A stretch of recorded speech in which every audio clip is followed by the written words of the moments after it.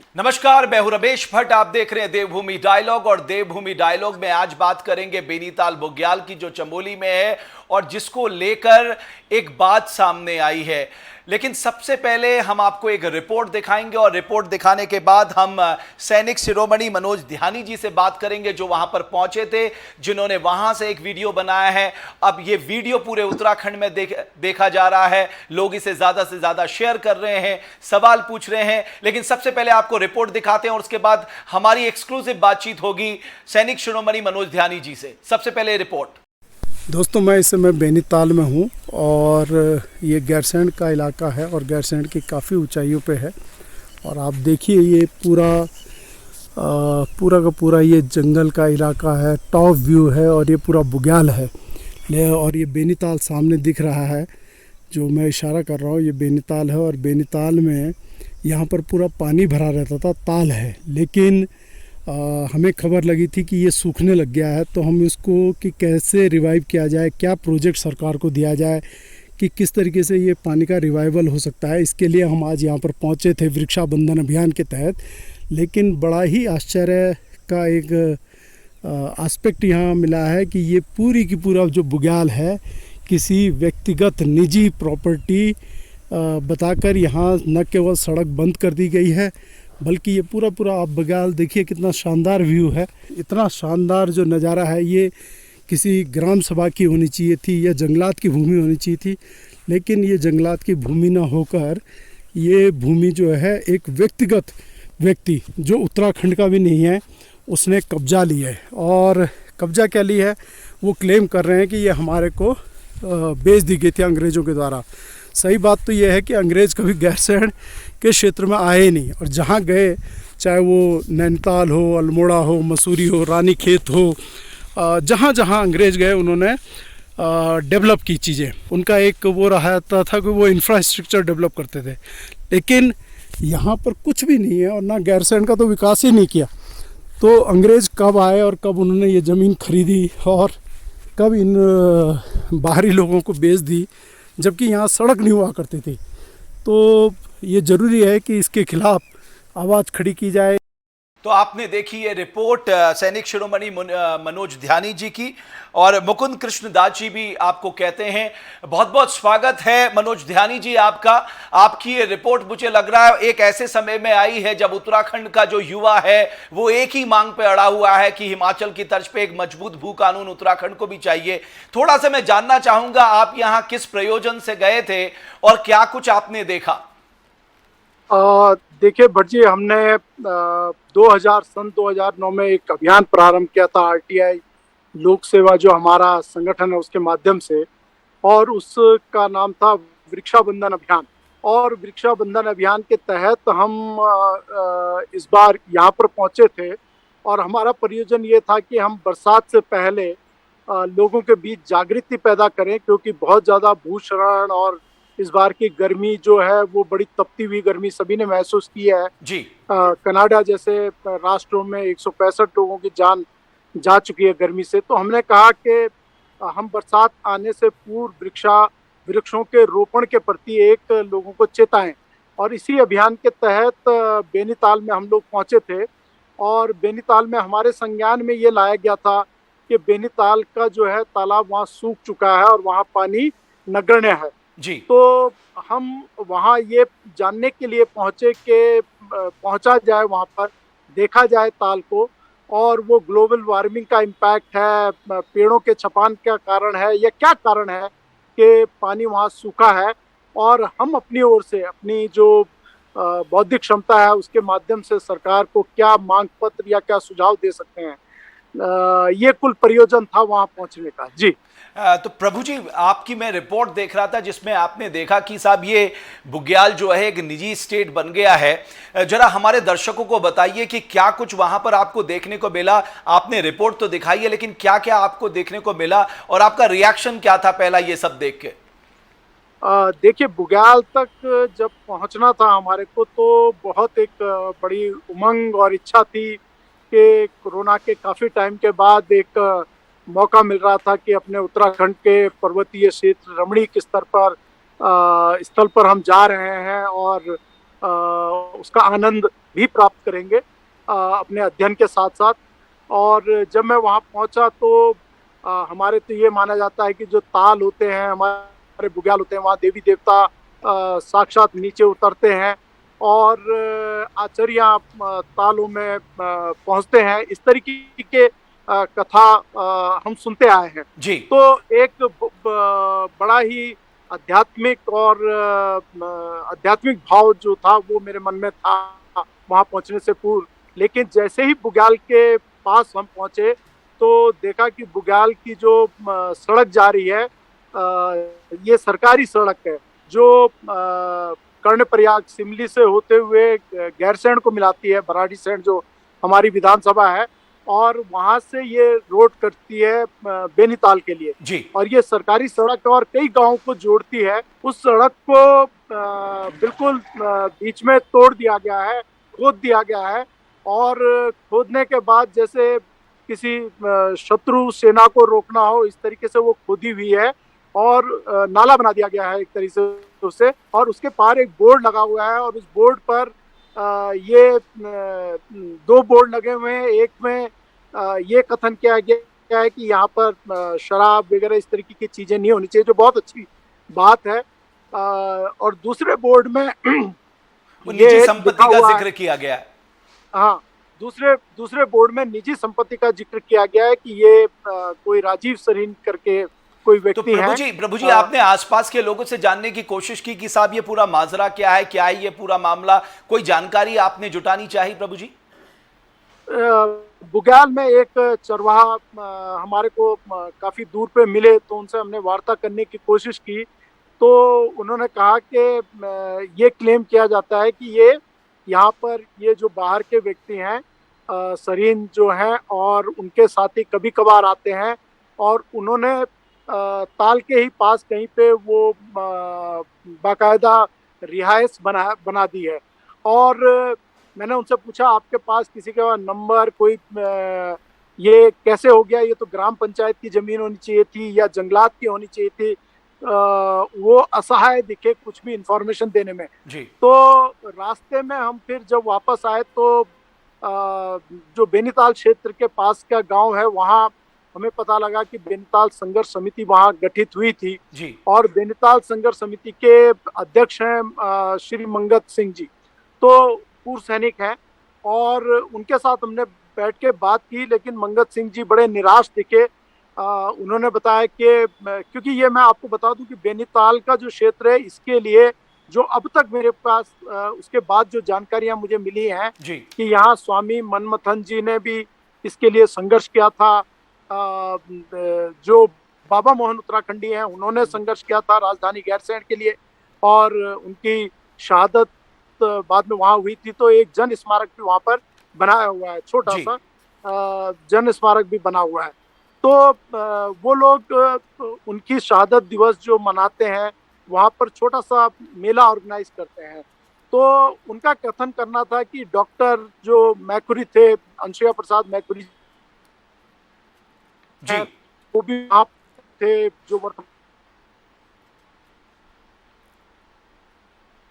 वहाँ आते थे, लेकिन उनका तो स्वर्गवास हो गया है और वो हार चुके थे। उसके बाद तो खैर नहीं पहुंचे और नेगी जी जो है उसके बाद वहाँ पहुंचे ही नहीं है कभी।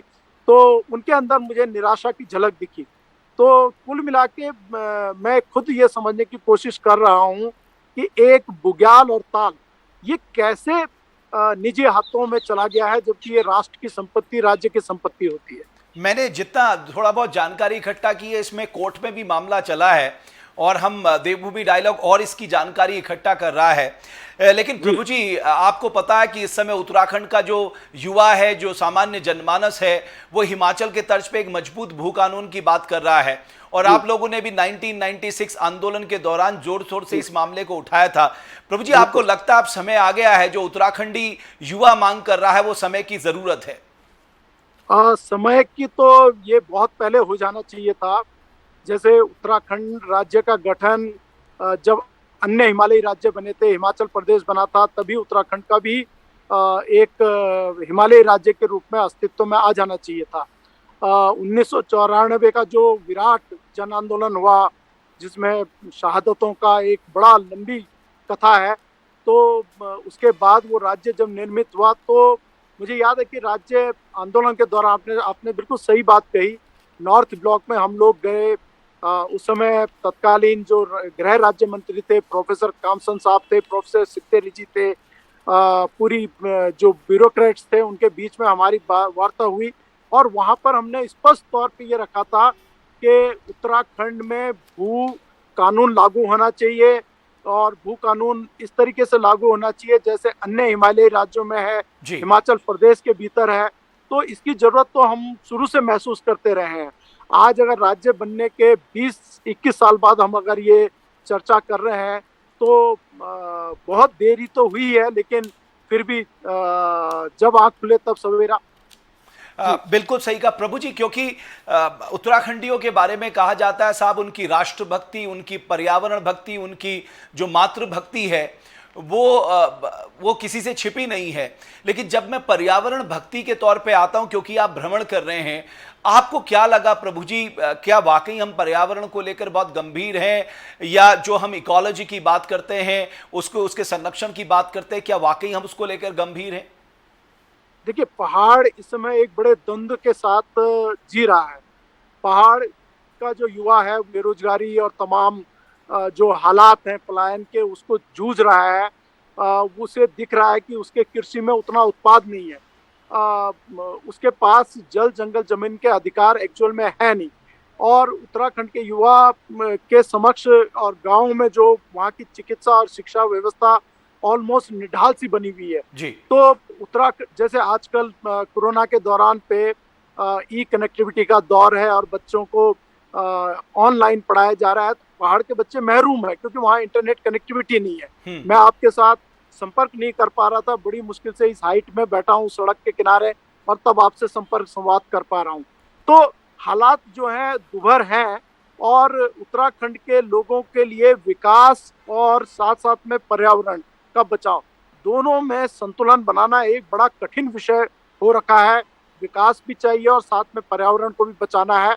और इस जो तमाम ये जो जद्दोजहद है, इसमें मुझे लगता है उत्तराखंड के लोगों ने ही जंगल बचाए हैं। और जितने शानदार हमारा जंगल का एरिया है, मोर देन 65% एरिया हमारा जंगल का है और हमारे जमीनों का संरक्षण हुआ है। लेकिन उसके मुकाबले में जो उत्तराखंड को ग्रीन बोनस के रूप में मिल सकता था, या जो क्योंकि आज तो संयुक्त राष्ट्र संघ भी एक एजेंडा लेके चल रहा है कि बाय 2030 फॉसिल फ्यूल को हम बंद कर देंगे। संयुक्त राष्ट्र संघ का एक एजेंडा बना है कि पर्यावरण पे सबसे ज्यादा अधिक चिंता अब राष्ट्रों को, और हमारे प्रधानमंत्री जी ने भी इस विषय पे संयुक्त राष्ट्र में संबोधन किया, उसके बाद में कई बार कहा है। तो मुझे लगता है कि उत्तराखंड ने जो राष्ट्र को दिया है और उसके बदले जो कुर्बानी उसने उसे भुगतनी पड़ी है विकास के रूप में, वो पिछड़ा है। तो उत्तराखंड के लोगों को तो उनकी जिम्मेदारी सरकार, केंद्र सरकार को और अंतर्राष्ट्रीय जगत को लेनी चाहिए। प्रभु जी, क्योंकि आपने देखा होगा अंतर्राष्ट्रीय पर्यावरण दिवस के दिन राज्य सरकार ने यह घोषणा की कि उत्तराखंड पहला ऐसा प्रदेश है जो जीडीपी, जैसे हमारे यहाँ जीडीपी की गणना की जाती है वैसे वो जीईपी की गणना पड़ेगा, यानी ग्रॉस इकोलॉजिकल प्रोडक्ट की बात करेगा। आपको लगता है कि अगर ये वाकई इसको सीरियसली जमीन पे उतारा जाता है और इस तरह की गणना की जाती है तो वाकई ये उत्तराखंड एक तो क्लेम कर पाएगा कि साहब हम क्या इन्वायरमेंटल सर्विसेज दे रहे हैं पूरे देश को, और दूसरा हमें खुद पता लग पाएगा कि साहब हमारे यहां हम वाकई अपने इन्वायरमेंट को बचा पा रहे हैं या हमारा इन्वायरमेंट का शरण हो रहा है? देखिए, मैंने जब 1996 में केंद्र सरकार को जो ब्लूप्रिंट सौंपा था सरकार को और अपने संगठनों के द्वारा, उसमें हमने तब मांग की थी 1996 में कि उत्तराखंड के राज्य निर्माण के साथ ही उत्तराखंड की जनता के लिए 5,000 करोड़ का इकोलॉजी एंड एनवायरमेंटल फंड तत्कालीन केंद्र सरकार को अवमुक्त करना चाहिए उत्तराखंड के लिए। ये मैंने 1996 की बात बता रहा हूँ जी। आज उस घटना को लगभग आप ये लगा लिए 24-25 साल ऊपर हो चुके हैं। तो आज ये राशि अगर महंगाई के दर से देखें तो लगभग 60-70 हजार करोड़ रुपए से ऊपर की राशि ये उत्तराखंड के लिए अवमुक्त होनी चाहिए। और ये रियलिस्टिक बजट है जिसको आवंटित करना चाहिए। अब उत्तराखंड की जनता पे जो कर्जा है, अगर उसको आप देख लें आर्थिक रूप से, तो 50,000 करोड़ के आसपास का कर्जा है, और बजटीय पूरा जो दायरा है इतना ही है। तो मुझे लगता है अगर इस तरीके की अगर प्राविधान उत्तराखंड के लिए और होने चाहिए, क्योंकि हमारे सामने जो एग्जाम्पल सेट होने चाहिए वो भूटान जैसा राष्ट्र होना चाहिए, जहां पर्यावरण एक अधिकार के रूप में नागरिकों को मिलता है। तो इस तरीके के इकोलॉजिकल जो फंड है और उस रूप में जीडीपी का जो यहाँ पर गणना होती है, और इस तरीके के रचनाधर्मी इस तरीके का अगर आउटलुक आता है, तो दैट इज वेलकम, ये वेलकम किया जाना बिल्कुल चाहिए। प्रभु जी, एक आखिरी सवाल जो हमारे युवा डिमांड कर रहे हैं हिमाचल के तर्ज पर एक मजबूत भू कानून की, आप उन्हें कुछ कहना चाहेंगे? देखिए, उत्तराखंड के युवाओं को ये समझना चाहिए कि हम उस प्रदेश के वासी हैं जहां गंगोत्री, यमुनोत्री, बद्रीनाथ जी, केदारनाथ जी और साथ में देवी देवताओं के एक अनुपम धरोहर हमारे पास है। हम वो संस्कृति और विरासत रखते हैं जिसके आज हमारे सेना के चीफ जो है वो तीनों सेनाओं के अंगों के चीफ हैं, राष्ट्रीय सलाहकार के रूप में रहते हैं। हम तत्कालीन उत्तर प्रदेश जो आज़ादी से पहले था वहाँ प्रधानमंत्री देते थे, उसके बाद हमने वहाँ मुख्यमंत्री दिए, और आज भी देश के सबसे बड़े प्रदेश में हमारा व्यक्ति, यहाँ से निकला हुआ व्यक्ति अपनी ओजस्विता के कारण मुख्यमंत्री पद पर बना हुआ है। तो उत्तराखंड की जनता को अपनी जो वैचारिक धरोहर है, आध्यात्मिक धरोहर है, इसको पहचानना चाहिए। और भू कानून जैसे ये जिस तरीके का विषय आज युवा उठा रहा है, इसके पीछे जनता को लामबंद होना चाहिए, और केंद्र सरकार को बड़ी संजीदगी के साथ और राज्य सरकार को इस संबंध में अपने प्रतिवेदन प्रस्ताव विधानमंडल से पारित करवा कर केंद्र सरकार को भेजने चाहिए जी। और केंद्र सरकार को इसको बड़ी संजीदगी से तुरंत लागू करना चाहिए, क्योंकि सभी हिमालयी राज्यों में भू कानून है और वहाँ भूमि का संरक्षण कानून के द्वारा होता है। और हमारे एग्जाम्पल तो हिमाचल प्रदेश होना चाहिए, बिल्कुल जो बस बगल में है। तो मैं इस कानून का पूर्ण समर्थन करता हूं, और सभी पूरी जनता को और बल्कि पूरे राष्ट्र को इसका समर्थन करना चाहिए। बहुत बहुत शुक्रिया प्रभु जी, आपने बेनीताल बुग्याल को लेके ये जो रिपोर्ट दिखाई, हम लगातार इस पर ध्यान रखेंगे। और साथ ही साथ जो मिस्टर सरीन का नाम आपने बताया, हम लगातार कोशिश कर रहे हैं उनका भी नंबर हमें पता लग जाए तो देवभूमि डायलॉग के मंच में उनको भी लाया जाए, उनसे भी इसका लीगल स्टेटस जानने की कोशिश की जाए। लेकिन प्रभु जी, इतनी शानदार खबर दिखाने के लिए और ऐसे मौके पर जब पूरा उत्तराखंड का जनमानस एक मजबूत भू कानून की बात कर रहा है, आपका हृदय से आभार, बहुत बहुत धन्यवाद। आपकी यात्रा मंगलमय हो। बहुत बहुत शुक्रिया देवभूमि डायलॉग से जुड़ने के लिए प्रभु जी। बहुत बहुत धन्यवाद भट्ट जी, और आपके चैनल ने इस बात को बड़ी प्रखरता से रखा है, और उत्तराखंड की बात पूरे राष्ट्र के भीतर जाएगी आपके माध्यम से। मैं आपको साधुवाद देना चाहता हूँ, पूरी टीम को साधुवाद देना चाहता हूँ। धन्यवाद। हरे कृष्णा। और साथ ही मैं बस इतना कहना चाहता हूं कि हर उत्तराखंडी को पर्यावरण संरक्षण, अपने सांस्कृतिक संरक्षण और अपने उत्तराखंड के संरक्षण के लिए जितनी आवाज और जितनी लामबंदी करनी होगी वो आने वाले समय में हमें करनी होगी, क्योंकि ये हमारा राज्य है और हमें इसे बचाना है। बहुत बहुत धन्यवाद आप सभी का। बिल्कुल, धन्यवाद, धन्यवाद, बहुत बहुत धन्यवाद। हरे कृष्णा प्रभु जी।